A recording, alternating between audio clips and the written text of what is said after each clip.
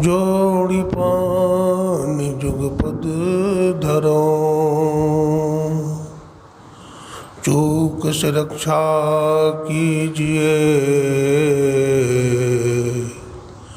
बार बार विनती करो।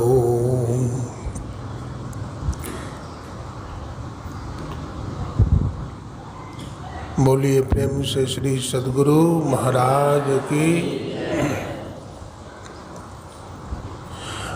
अव्यक्त रूप में अनंत श्री विभूषित परमाराध्य गुरुदेव के त्रैलोक पावन पाद पद्मों में कोटि कोटि नमन।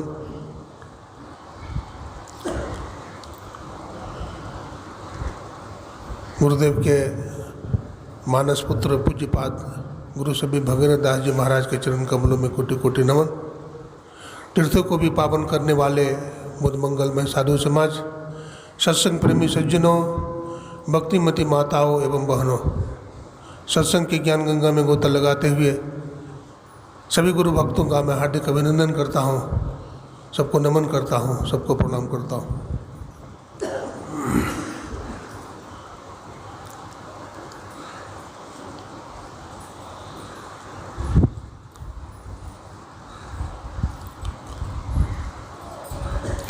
दीपावली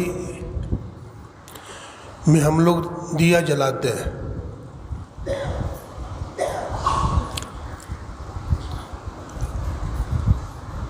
रास्ते पे भी अंधकार न हो, प्रकाश कर देते हैं। मरकरी जला देते हैं, बल्ब जला देते हैं, वेपर जला देते हैं। आप देखते हैं दिया के प्रकाश में, मरकरी के प्रकाश में, बल्ब के प्रकाश में, वेपर के प्रकाश में बहुत सारे कीड़े मकोड़े पतंगे जलकर राख हो जाते हैं।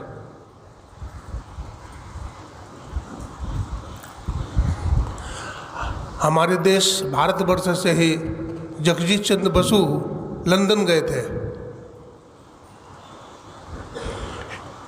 अंग्रेजों ने उनका उपहास किया और उनसे कहा कि देखो, ये ऐसे देश से आया है जहाँ के लोग शंख बजाते हैं, शंख धमा, जो शंख बजाते हैं। बाद में चर्चा होने के बाद उन्होंने कहा कि देखिए, मैं शंख बजाता हूँ। जब ये शंख बजाए तो बहुत सारे कीटाणु गिर करके मर गए। अनुवीक्षण यंत्र के द्वारा दिखाया लोगों के, देखो कितने कीटाणु मर गए। ये प्रकाश और शब्द क्या है? कबीर साहब कहते हैं, कबीर कमल प्रकाशिया, उगा निर्मल सूर, और रैन अंधेरी मिट गई, बाजी अनहद तूर। कमल का फूल देखते हैं जब खिलता है, कब? जब सूर्य भगवान निकलते हैं तो कमल का फूल खिल जाता है।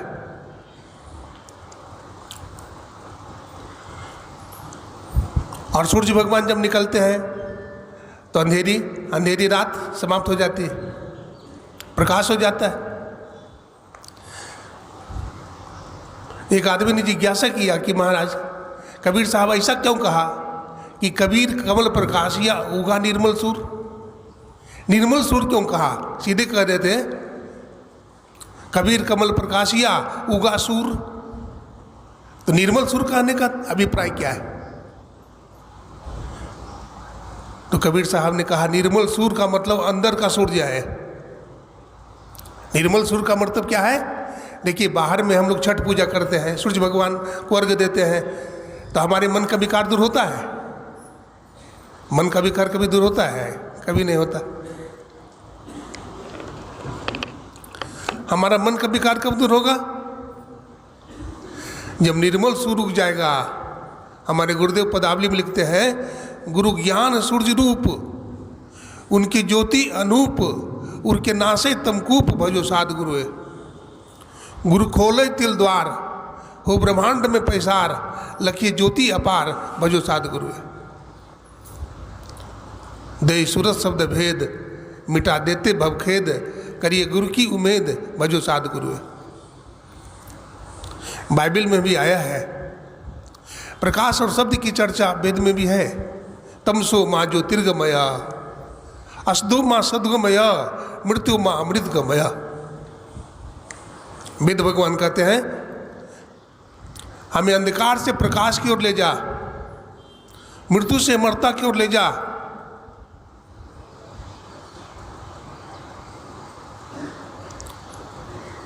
हमारे अंदर में वो प्रकाश है, बाहर में प्रकाश नहीं है। अंतर में हो प्रकाश ना बाहर प्रकाश क्या, ये प्रकाश हमारे अंदर में है। अभी सुन रहे थे रामचरितमानस सार सटीक सप्तम सोपान उत्तरकांड से, राम भगति चिंतामणि सुंदर, बसई गरुड़ जाके और अंतर, परम प्रकाश रूप दिन राति, नहीं कुछ चाहिए दिया घृत बाती। राम भक्ति क्या है? एक चिंतामणि है। मणि की चर्चा हमारे वेद शास्त्रों में मिलता है। अभी हमारे एक वक्ता स्वामी गजानंद बाबा ने इसकी चर्चा किया था, नाम बताया था, मैं उसका विश्लेषण सुना देता हूँ। तो राम भक्ति ये जो मणि क्या है, कितने प्रकार की मणियाँ हैं। एक चंद्रकांत मणि होता है। चंद्रकांत मणि को आप चंद्रमा की किरण में रखेंगे, उस मणि को, तो शीतलता बढ़ जाएगी, आपको ठंड लगने लगेगी। दूसरा प्रकार का मणि होता है सूर्यकांत मणि। सूर्य की किरण में उस मणि को रखेंगे तो गर्मी बढ़ जाएगी, टेम्परेचर तापमान बढ़ जाएगा। लेकिन जो चंद्रकांत मणि का काम है वो सूर्यकांत मणि नहीं कर सकता है, और जो सूर्यकांत मणि का काम है वो चंद्रकांत मणि नहीं कर सकता है। तीसरी प्रकार की मणि श्यामंतक मणि है। सत्यजीत के द्वारा मिला था श्यामंतक मणि भगवान कृष्ण को, लंबी कथा है, उधर नहीं जाऊंगा। जिसके घर में श्यामंतक मणि हो तो 8 भरी सोना रोज पैदा करता है। और चौथा मणि पारस मणि होता है। पारस मणि को लोहा से स्पर्श कराने के बाद लोहा सोना बन जाता है। गोस्वामी तुलसीदास जी महाराज ने देखा कि ये सब मणियाँ संसार में होने के बाद भी लोग दुखी हैं, लोगों का जीवन अशांत है, दुखी है, दुनिया में बहुत लड़ाई झगड़ा है, अशांति है। लोगों में शांति हो जाए। समुद्र मंथन क्या है? देवता ने, दानवों ने समुद्र का मंथन क्यों किया? समुद्र में अमृत है जिसको पीने से जीव अमर हो जाएगा। तो समुद्र का मंथन करने के बाद जो अमृत मिला, आप कथा जानते हैं, कितनी लड़ाई झगड़ा हुई, शांति मिली? नहीं मिली।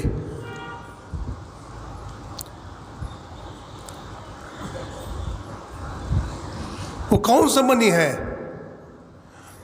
वो कौन सा अमृत है जिसको पीने से जीव अमर हो जाता है? अमृत नीका कहे सब कोई, पिए बिना अमर नहीं होई।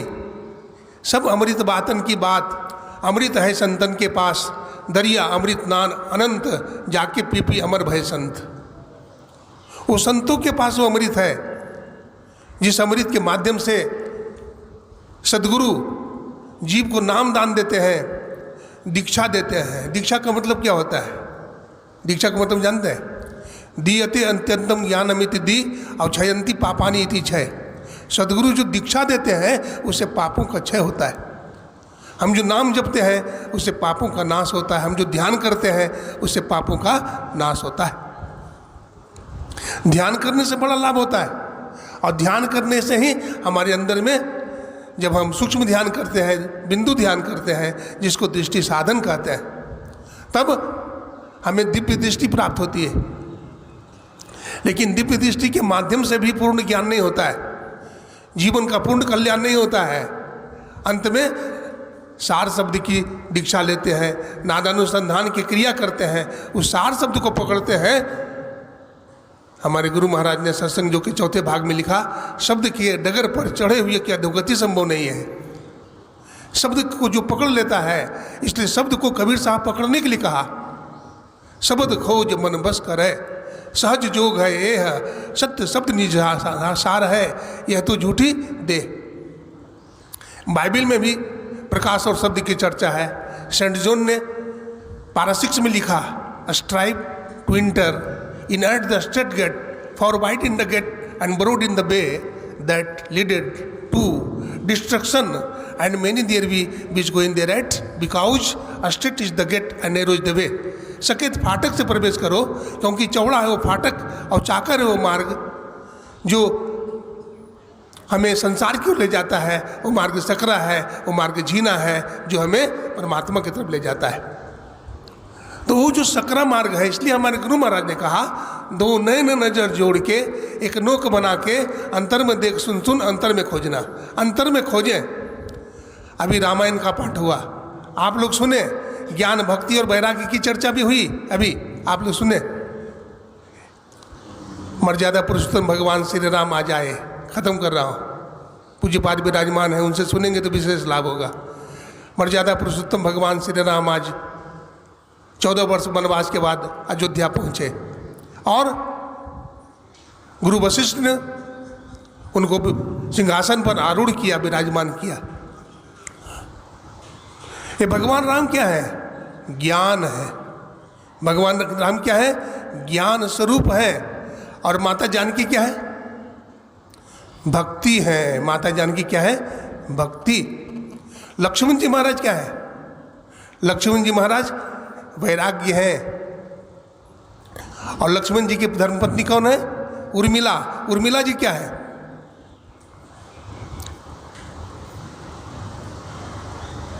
उर्मिला जी क्या है? अनासक्ति। जब तक हमारे जीवन में अनासक्ति नहीं होगी, हमारा वैराग्य दृढ़ नहीं हो सकता है। इसलिए हमारे मन में वैराग्य होना चाहिए कि शरीर भी छूटेगा, संसार भी छूट जाएगा और भजन में मन लगा देना चाहिए। भरत जी प्रेम है और भरत जी की धर्मपत्नी क्या है? मांडवी। मांडवी क्या है? मांडवी क्या है? श्रद्धा। पार्वती शंकरो बंदे श्रद्धा विश्वास रूपिणो।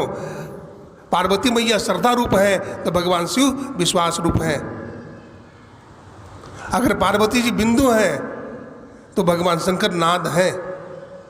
अगर बिंदु के रूप में लक्ष्मी है तो भगवान विष्णु नाद के रूप में। विष्णु लक्ष्मी निकेतनम देहम शिवालयम प्रोक्तम सिद्धिदम सर्वदेहिनाम। अब बच गए शत्रुघ्न जी। शत्रुघ्न जी महाराज क्या? शत्रुघ्न जी महाराज धैर्य हैं। और कीर्ति जी क्या है? श्रुति कीर्ति उनकी धर्मपत्नी कहते हैं वो क्या है? शत्रुघ्न जी महाराज धैर्य हैं और श्रुति कीर्ति क्या है? उपासना। जब तक हमारे जीवन में धैर्य नहीं होगा तो हमारे जीवन में उपासना सही ढंग से नहीं कर सकते हम। तो ये रामायण का थोड़े से प्रसंग को मैंने सुनाया।